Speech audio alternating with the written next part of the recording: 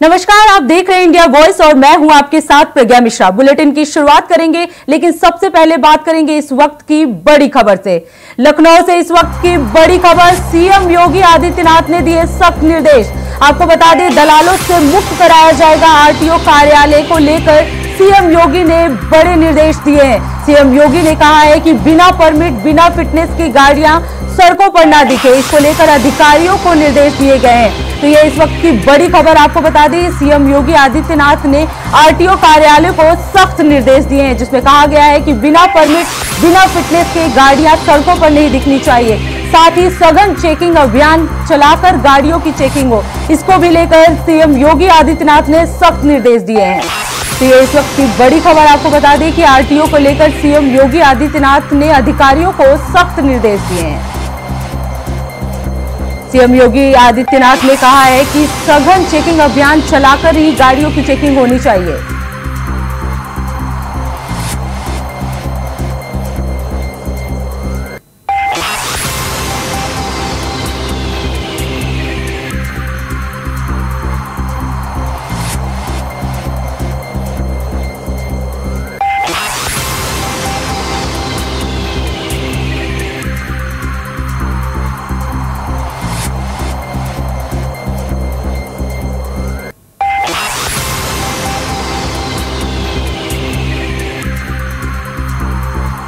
इस खबर पर ज्यादा जानकारी देने के लिए हमारे साथ मोहम्मद आसिफ लखनऊ से जुड़ गए हैं। आसिफ, उन्नाव हादसे के साथ सीएम योगी सख्त हो गए हैं और आरटीओ और परिवहन विभाग को सख्त निर्देश दिए गए हैं। क्या कुछ जानकारी निकलकर सामने आ रही है? आसिफ, प्रज्ञा, किस तरह से उन्नाव में भीषण सड़क हादसा हुआ जिसमें 18 यात्रियों की मौत हुई और 30 यात्री गंभीर रूप से घायल हो गए थे। और यह हादसा कहीं न कहीं एआरटीओ और आरटीओ के अधिकारियों की कार्यशैली और ड्यूटी को लेकर तमाम सवाल भी खड़े हो रहे थे। और इस मामले में जब जांच हुई तो पता चला कि बस का कागजात और फिटनेस नहीं था, कि जिस पर यूपी सीएम योगी आदित्यनाथ ने सख्त निर्देश दिया। और साथ ही साथ अब प्रदेश के सभी एआरटीओ को निर्देश दिया कि वह 1 महीने का अभियान चलाकर जो कंडम बसें चल रही, जो बिना फिटनेस की बसें चल रही हैं, उन पर कार्रवाई की जाए। और इस पर ड्यूटी भी अधिकारियों की लगाई गई और कहा गया कि टोल प्लाजा पर सभी अधिकारी मुस्तैद रहे। वहीं दूसरी तरफ यूपी सीएम योगी आदित्यनाथ ने जिस तरह एआरटीओ में चल रहे भ्रष्टाचार पर कड़ा एक्शन लिया है और सख्त निर्देश दिया है कि बिना फिटनेस के कोई भी वाहन न चलने पाए, इससे कहीं न कहीं दुर्घटनाओं में कमी आएगी। और बता दें कि उन्नाव सड़क हादसा मामले में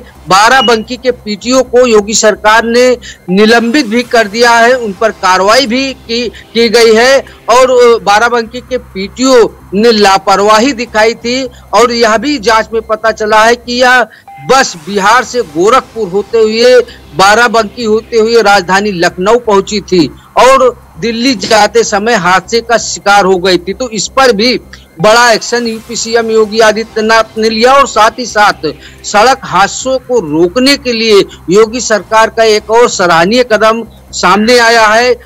अब योगी सरकार के निर्देश पर परिवहन विभाग में जो है रोड एआरटीओ रोड सेफ्टी की जो है नियुक्ति की जाएगी, नया पद सृजित किया गया है। या एआरटीओ रोड सेफ्टी जो है फिटनेस, बिना फिटनेस के चलने वाले वाहनों पर कार्रवाई करेंगे, चालान करेंगे और जो वाहन है उनकी सेहत भी नापेंगे। और दूसरी तरफ इसी आदेश के क्रम में एएमवीआई का पद भी भरा जाएगा, जो 351 लोगों की इसमें भी भर्ती होगी। एएमवीआई मतलब कि असिस्टेंट मोटर व्हीकल इंस्पेक्टर, और जिसके साथ एक सुरक्षा कर्मी भी रहेगा। वह बाइक से कंडम और डग्गामार वाहनों पर कार्रवाई के लिए दौड़ भाग करते रहेगा। तो फिलहाल जिस तरह से प्रज्ञा, योगी सरकार अब पूरी तरह से सख्त हो गई है और उन्नाव हादसा कहीं न कहीं वानगी भरे। अक्सर आगरा एक्सप्रेस वे पर लगातार कंडम वाहन पलटते रहते हैं, दुर्घटना का शिकार हो जाते हैं, जिससे यात्रियों की मौत होती रहती है। और इसके पीछे सबसे बड़ी लापरवाही एआरटीओ विभाग की मानी जाती है, क्योंकि जिस तरह से बिना फिटनेस और कंडम वाहन रोड पर फर्राटे भर रहे हैं। कब वह हादसे का शिकार हो जाए, कब उनमें आग लग जाए और कब पलट जाए, यह किसी को पता नहीं रहता। और सबसे बड़ी बात है कि आजमगढ़ से लखनऊ होते हुए नोएडा के जाने के लिए रात के अंधेरे में कई लग्जरी बसें हैं और जिनका कागजात दुरुस्त नहीं रहता। और सूत्रों का यहाँ तक भी कहना है कि यह बसें सिर्फ ARTO के रहमो करम पर ही चलती है और यह कब यमराज की भूमिका अदा कर दे, इस पर किसी का कोई ध्यान नहीं जाता। फिलहाल अब जिस तरह से योगी सरकार ने कड़ा एक्शन लिया और साथ ही साथ आगरा एक्सप्रेसवे के साथ साथ पूर्वांचल एक्सप्रेस पर ARTO की तैनाती और मुस्तैदी का सख्त फरमान जारी किया है, क्योंकि आजमगढ़ से बाराबंकी से लखनऊ और लखनऊ से नोएडा के लिए तमाम ऐसी कंडम बसें चलने की जानकारी शासन को मिली है। और इस रिपोर्ट के आधार पर जहां बाराबंकी के PTO को निलंबित भी किया गया है, वहीं दूसरी तरफ अब योगी सरकार ने ARTO में फैले भ्रष्टाचार को खत्म करने की जिस तरह से नसीहत दी है, क्योंकि सूत्रों के मुताबिक ARTO में बिना फिटनेस के वाहन को भी फिट पूरी तरह से दिखा दिया जाता है। दलालों के जरिए जो कंडम वाहन है उनके कागजात दुरुस्त कर दिए जाते हैं। तो ऐसे में योगी सरकार का यह कदम कहीं न कहीं सड़क सुरक्षा को लेकर बेहतर माना जा रहा है। जी प्रीति, बहुत बहुत धन्यवाद आसिफ हमारे साथ जुड़ने के लिए।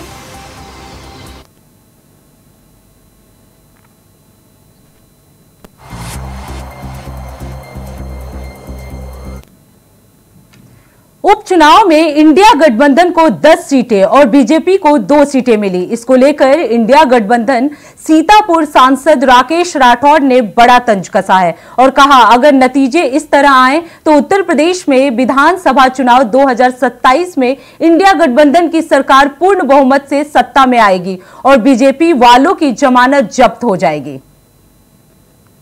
इंडिया 10 सीटें और वहीं बीजेपी ने 2 सीटें हासिल की। इस पे हमारे इंडिया गठबंधन के सांसद राकेश राठौर हैं, इस पे बात करेंगे वो जी। पूरा तय था जीतना, बहुमत और लोग भारतीय जनता पार्टी के खिलाफ है। लोकसभा चुनाव में भी थोड़ा जो हमारा गठबंधन था, इस गठबंधन की तैयारी में थोड़ी सी कुछ कमी रह गई। अगर यही कैंडिडेट और इन सबका सीटों का शेयरिंग थोड़ा पहले तय हो जाता तो सरकार आज पक्की बात है इंडिया गठबंधन की होती। फिर भी हम लोग कतई हतोत्साहित नहीं है और ये बैसाखी पे टिकी हुई सरकार है।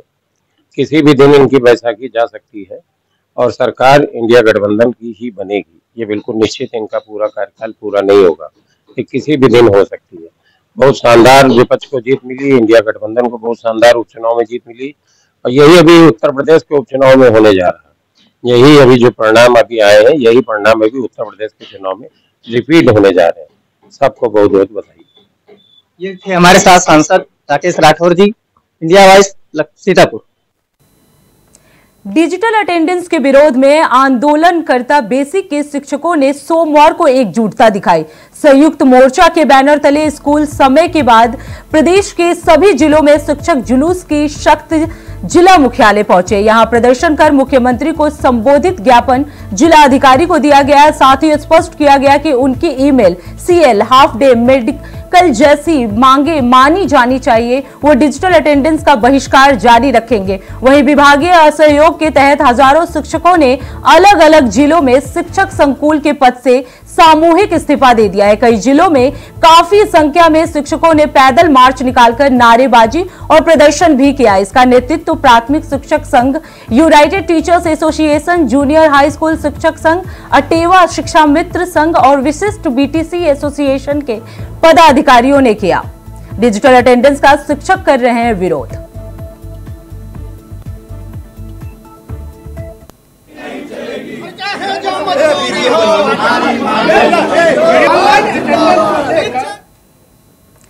यूपी में शिक्षकों को डिजिटल अटेंडेंस को लेकर संग्राम छिड़ा हुआ है। इसी बीच विधायक देवेंद्र प्रताप सिंह ने मुख्यमंत्री योगी आदित्यनाथ को पत्र लिखकर मांग की है कि डिजिटल अटेंडेंस की बाध्यता खत्म की जाए।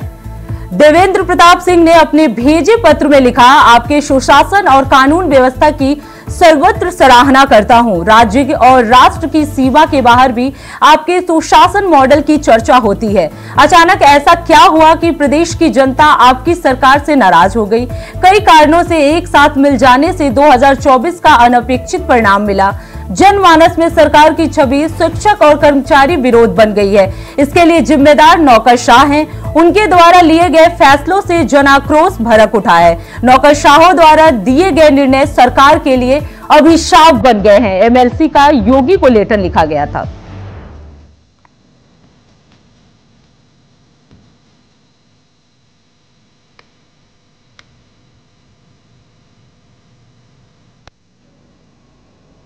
उत्तराखंड में बीजेपी ने कार्य समिति की बैठक की। ये कार्यक्रम लोकसभा चुनाव में मिली जीत को लेकर था, साथ ही मंगलौर और बद्रीनाथ में मिली हार का गम भी था। बैठक में लोकसभा चुनाव में काम करने वाले कार्यकर्ताओं को सम्मानित किया गया। इस कार्यक्रम में प्रदेश भर से 1350 कार्यकर्ता शामिल हुए। इसके अलावा बैठक में 3 राजनीतिक प्रस्ताव पर भी चर्चा की गई।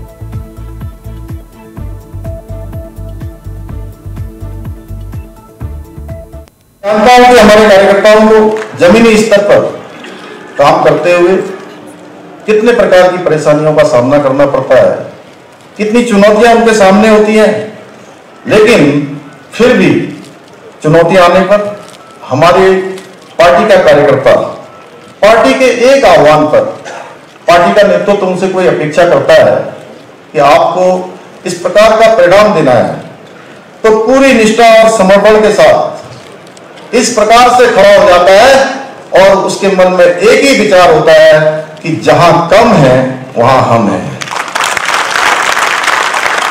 आज आप सभी के अथक परिश्रम और पार्टी के प्रति जो आप सबका समर्पण है, आप सबकी मेहनत है, उसी का परिणाम है कि उत्तराखंड के अंदर तीसरी बार 5 लोकसभा सीटों पर हम सबको विजयश्री प्राप्त हुई है।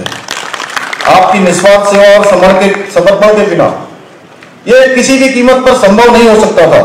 इसके लिए मैं आप सभी को हृदय से बधाई देता हूं। सिर्फ इच्छाओं से काम नहीं होते, काम अगर सफल होते हैं तो प्रयासों से सफल होते हैं, क्योंकि सोए हुए सिंह के मुख में हिरण स्वयं प्रवेश नहीं करता है। उसको भी प्रयास करना पड़ता है, उसको भी उद्यम करना होता है। इसलिए हमें भी लगातार निरंतर प्रयास करते रहना होगा, तभी हमें सफलता प्राप्त होगी। और यह सभी के निरंतर प्रयासों का परिणाम है कि आज हम विश्व के सबसे बड़े राजनीतिक दल के रूप में आज हमको ये गौरव प्राप्त है कि आज केवल भारत का नहीं बल्कि विश्व की सबसे बड़ी राजनीतिक पार्टी, विश्व का सबसे बड़ा राजनीतिक दल कोई है तो आपका और हमारा राजनीतिक दल भारतीय जनता पार्टी है। भाइयों बहनों, भारतीय जनता पार्टी वो दल है जिसने हर असंभव कार्य को सिद्ध करके दिखाया है, लेकिन अपने सिद्धांतों और विचारों से कभी समझौता नहीं किया है। देश में धारा 370 का खात्मा हो, 3 तलाक की समाप्ति हो, या जिसके लिए हम गली गली में नारा लगाया करते थे कि राम लला हम आएंगे, मंदिर वहीं बनाएंगे, या अयोध्या में भगवान राम का मंदिर का निर्माण हो, या हमारे प्रदेश के अंदर ये गौरव हर एक उत्तराखंड वासी को प्राप्त हो गया कि उत्तराखंड देश का आजादी के बाद का पहला ऐसा राज्य बन गया जहां समान नागरिक संहिता का विधेयक को मंजूरी मिल चुकी है। भाइयों बहनों, एक विधेयक के रूप में उसको मान्यता प्राप्त हो गई है। ये सभी हमारा जो वैचारिक संकल्प है उसको दर्शाते हैं। आज हम सभी के लिए गौरव की बात है कि हमारी पार्टी ने एक लंबा संघर्ष देखने के बाद आदरणीय प्रधानमंत्री मोदी जी के नेतृत्व में ऐतिहासिक मुकाम हासिल किया है। आज हम लगातार तीसरी बार देश में बहुमत वाली सरकार बनाने में कामयाब हुए हैं। भाइयों बहनों, रजिस्ट्रेशन को लेकर झूठी बातें फैलाते हैं, कभी 4 धाम यात्रा के मार्ग को लेकर लोगों को भड़काने का कार्य करते हैं, कभी जातिवाद और कभी क्षेत्रवाद के नाम पर लगातार समाज को तोड़ने का प्रयास करते हैं। लेकिन मैं आज इस मंच से आप सबके समक्ष कहना चाहता हूं, जो शेर की खाल में छुपे हुए भेड़िया हैं उनको ये बताना चाहता हूं, उनका ये प्रयास कभी हमारे रहते हुए सफल नहीं होगा, किसी कीमत पर हम सफल नहीं हो देंगे, क्योंकि पूरे प्रदेश का समेकित विकास करना हमारा संकल्प है। हम भारतीय जनता पार्टी का जो मूल मंत्र है, सबका साथ, सबका विकास, सबका विश्वास और सबका प्रयास, इस मंत्र को आत्मसात करते हुए राज्य को आगे बढ़ाने का काम कर रहे हैं। भाइयों बहनों, अभी आदरणीय अध्यक्ष जी ने कहा, हमारे सामने अनेक चुनौतियां हैं, चुनौतियां लगातार हमारे सामने हैं। उन चुनौतियों को हम सबको मिलकर पार करना है। अभी हमको निकाय के चुनाव में जाना है, पंचायत के चुनाव में जाना है, अभी हमको केदारनाथ विधानसभा के उपचुनाव में जाना है, और इन सभी चुनाव में जाकर विजय श्री प्राप्त करनी है। इसके लिए हमें सबको एकजुट होकर कार्य करना होगा। प्रत्येक कार्यकर्ता को अपने क्षेत्र में जाकर जनता के बीच केंद्र और राज्य सरकार की जो नीतियां हैं उनका प्रचार प्रसार करना होगा। हमें ये सुनिश्चित करना होगा कि हमारे किए गए कार्यों की जानकारी हर एक व्यक्ति तक पहुंचे और वो उससे लाभान्वित हो।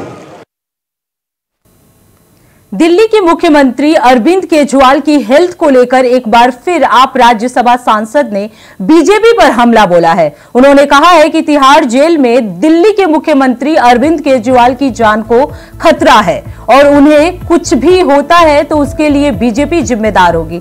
दरअसल तिहाड़ जेल से अरविंद केजरीवाल की मेडिकल रिपोर्ट सामने आई है। मेडिकल रिपोर्ट के सामने आने के बाद आम आदमी पार्टी के राज्यसभा सांसद संजय सिंह ने प्रतिक्रिया दी है और बीजेपी पर हमला बोला है। आप सांसद संजय सिंह ने कहा कि तिहाड़ जेल में कई बार मुख्यमंत्री अरविंद केजरीवाल का शुगर लेवल कम हुआ। शुगर लेवल कम होने पर नींद में कोमा में जा सकते हैं। इसके अलावा ब्रेन स्ट्रोक का भी खतरा है। उन्होंने आगे कहा कि मेडिकल रिपोर्ट के मुताबिक उनका वजन भी कम हुआ है। संजय सिंह ने कहा कि इस बात को खुद तिहाड़ जेल प्रशासन ने माना है।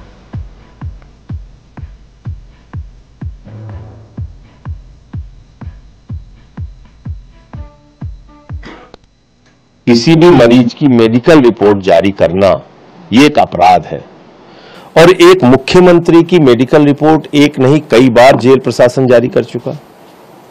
आप ये साबित कर रहे हैं कि आप अरविंद केजरीवाल की जिंदगी के साथ खिलवाड़ कर रहे हैं, उनके जीवन के लिए, उनके जीवन के साथ खिलवाड़ करने के लिए गहरी साजिश रच रहे हैं। ये इस बात का हिस्सा है क्योंकि मुख्यमंत्री तो छोड़िए, किसी भी मरीज की मेडिकल रिपोर्ट जेल प्रशासन सार्वजनिक नहीं कर सकता जेल नियमों और कानून के मुताबिक। तो पहली बात तो इस पे कार्रवाई होनी चाहिए। दूसरी बात, चलो अपराध किया, चलो आपने जारी कर दिया मेडिकल रिपोर्ट, मैं तो कहता हूं हमारे हक में अच्छा हुआ। लोग जानेंगे तो देश के लोग, यह है मेडिकल रिपोर्ट जिसमें एम्स के डॉक्टरों ने जांच की अरविंद केजरीवाल की, और उस एम्स के डॉक्टरों की टीम ने बताया कि उनको वेट लॉस की भी समस्या है, यानी कि उनका वजन कम हो रहा है, और दूसरा हाइपोग्लाइसीमिया की कई बार उनके साथ घटना हुई है। उनका वजन, हाइपोग्लाइसीमिया के वो शिकार हैं, उनका वजन 50 से उनका शुगर लेवल 50 से नीचे 5 बार आया है। ये कोई सामान्य बात नहीं है, ये कोई सामान्य घटना नहीं है। ये मामला सिर्फ गिरफ्तारी तक नहीं है, ये मामला अरविंद केजरीवाल की जिंदगी के साथ खिलवाड़ है। ये मामला अरविंद केजरीवाल को किसी भी हालत में प्रताड़ित करने और उनके जीवन के साथ कोई बड़ी अनहोनी घटना करने की साजिश का हिस्सा है। तो मैं समझता हूं कि आप जेल जाके देख लीजिए, मैं खुद रहा हूं 6 महीने। आप घंटी बजाते रहते हैं, घंटों घंटे डॉक्टर नहीं आते, लेकिन जिसका शुगर लेवल 50 से भी नीचे चला जाएगा अचानक रात में, तो घंटी बजाने लायक भी नहीं बचेगा। वो तो उठ के घंटी भी नहीं बजा सकता, वो कोमा में जा सकता है, उसके साथ कोई घटना हो सकती है, कोई अनहोनी हो सकती है। कौन जिम्मेदारी लेगा? इस दिन प्रधानमंत्री जी ने उनको गिरफ्तार किया, उनकी एजेंसी ने गिरफ्तार किया, यानी कि 21 मार्च, उस दिन उनका वजन था 70 किलो, आज उनका वजन है 61.5 किलो, लगभग 8.5 किलो उनका वजन कम हुआ है और 5 बार उनका शुगर लेवल 50 से नीचे गया है, जिसमें वो कोमा में भी जा सकते हैं, जिसमें उनकी जिंदगी के साथ कोई बड़ी अनहोनी घटना भी घटित हो सकती है। ये बात मैं पूरी जिम्मेदारी से कह रहा हूं। ये अपराध है। मुख्यमंत्री तो अलग बात है किसी सामान्य कैदी की भी मेडिकल रिपोर्ट जेल प्रशासन जारी नहीं कर सकता। मैंने जो बात कही वो तो इस बात के आधार पर कही कि 5 मिनट रोज पत्नी से बात होती है। सुनीता केजरीवाल जी ने जो जानकारी दी उसके आधार पर बात मैंने रखी कि उनका वजन कम हो रहा है। उनके साथ 5 बार ऐसी घटना हो चुकी है जब उनका शुगर लेवल 50 से कम हुआ, लेकिन यह रिपोर्ट कैसे जारी हो सकती है? झारखंड के मुख्यमंत्री हेमंत सोरेन ने सोमवार को प्रधानमंत्री नरेंद्र मोदी से मुलाकात की। सीएम सोरेन दिल्ली पहुंचे और फिर प्रधानमंत्री कार्यालय पहुंचकर पीएम मोदी से मुलाकात की। जून के आखिरी हफ्ते में जेल से रिहा होने के बाद झारखंड सीएम सोरेन और पीएम मोदी की ये पहली मुलाकात है। हाईकोर्ट ने जमीन घोटाले में हेमंत सोरेन को जमानत दी थी, जिसके बाद वो 28 जून को जेल से बाहर आए। प्रधानमंत्री कार्यालय की तरफ से पीएम मोदी और झारखंड सीएम की मुलाकात की तस्वीरें भी शेयर की गई हैं।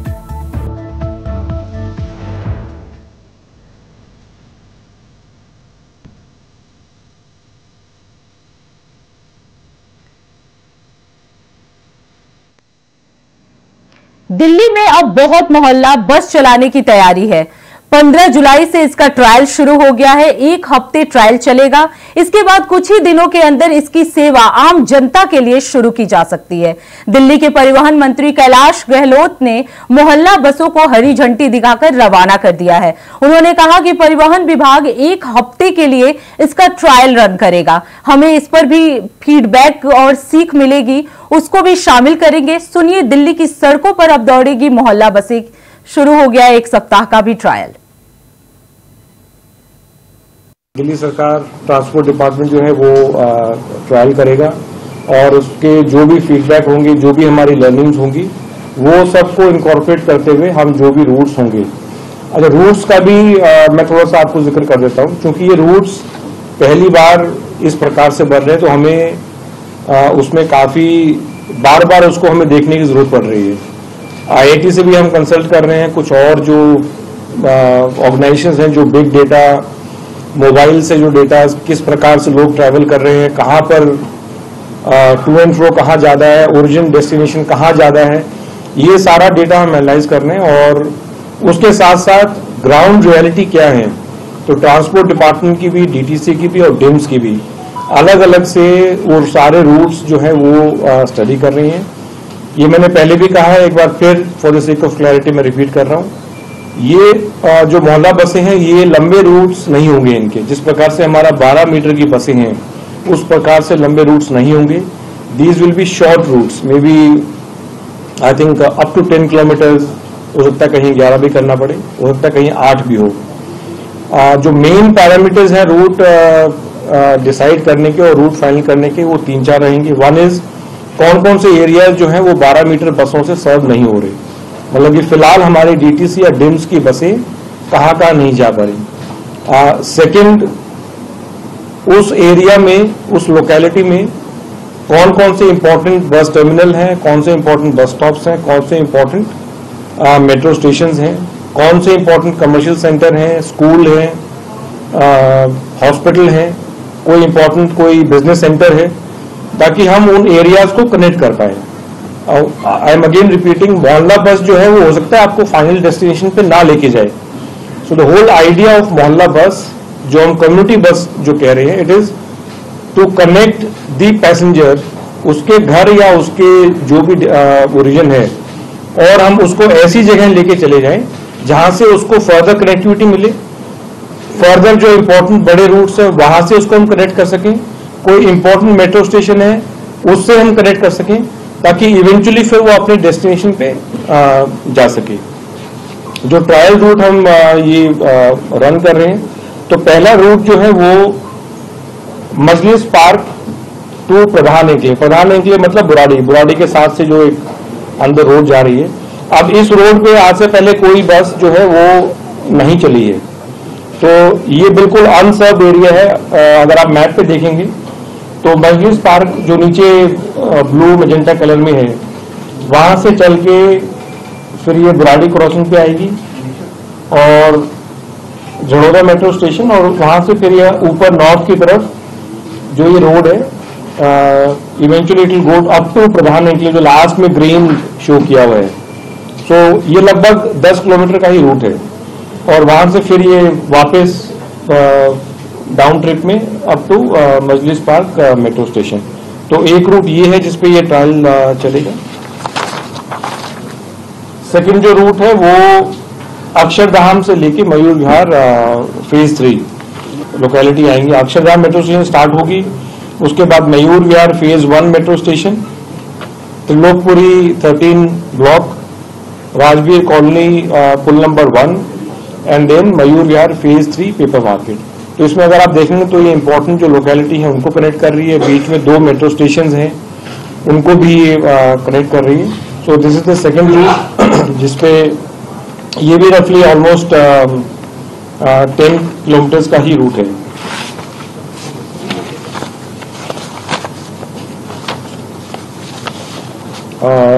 9 मीटर की ये बस है और इसमें जो पैसेंजर कैपेसिटी है वो 23 पैसेंजर्स प्लस ड्राइवर, और जो स्टैंडिंग कैपेसिटी है वो लगभग 13 पैसेंजर इसमें स्टैंडिंग करके सफर कर सकते हैं। छोटी बस है तो सिंगल चार्ज में लगभग ये 120 किलोमीटर एक चार्ज पे 120 किलोमीटर तक ये जा सकती है। फिलहाल इस बुलेटिन में इतना ही। देश दुनिया की तमाम बड़ी खबरों के लिए देखते रहिए इंडिया वॉइस। तब तक के लिए नमस्कार।